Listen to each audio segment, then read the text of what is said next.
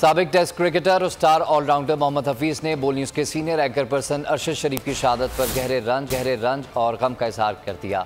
अपने ट्विटर पैगाम में प्रोफेसर के नाम से मशहूर प्रोफेसर ने मरहूम के दर्जात की बुलंदी के साथ अहले खाना के लिए सब्र जमील की दुआ की। सीनियर एंकर पर्सन अरशद शरीफ की अलमनाक और नागहानी वफात पर मोहम्मद हफीज़ ने कहा कि खबर सुनकर बेहद दुख और धचका हुआ।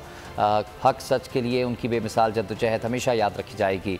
उन्होंने अपने पीछे जो मिरास छोड़ी है वो आला अखलाकी अक़दार और इंतहाई उसूली सहाफ़त है।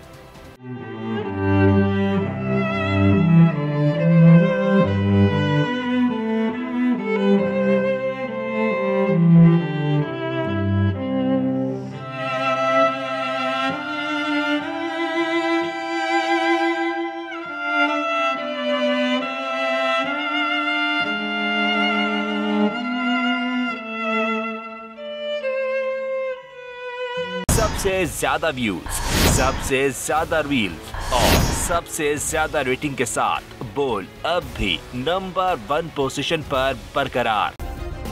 सब्सक्राइब करें और बेल दबाएं ताकि कोई खबर रह न जाए।